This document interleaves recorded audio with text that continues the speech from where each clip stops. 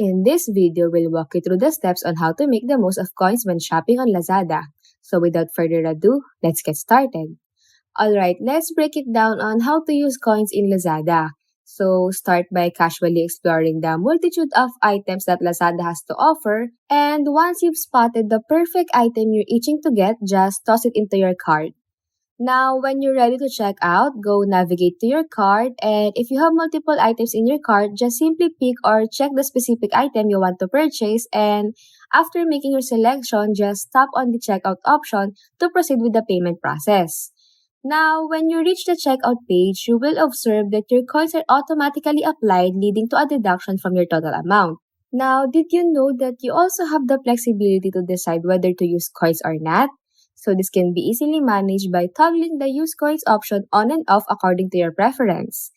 So as we aim to utilize the coins, you need to ensure that the use coins option is switched on, resulting in a deduction from your total. So simply tap on place order and you're good to go. Now if you found this video helpful, don't forget to hit that like button, drop a comment, share this content, and subscribe for more guides and tips.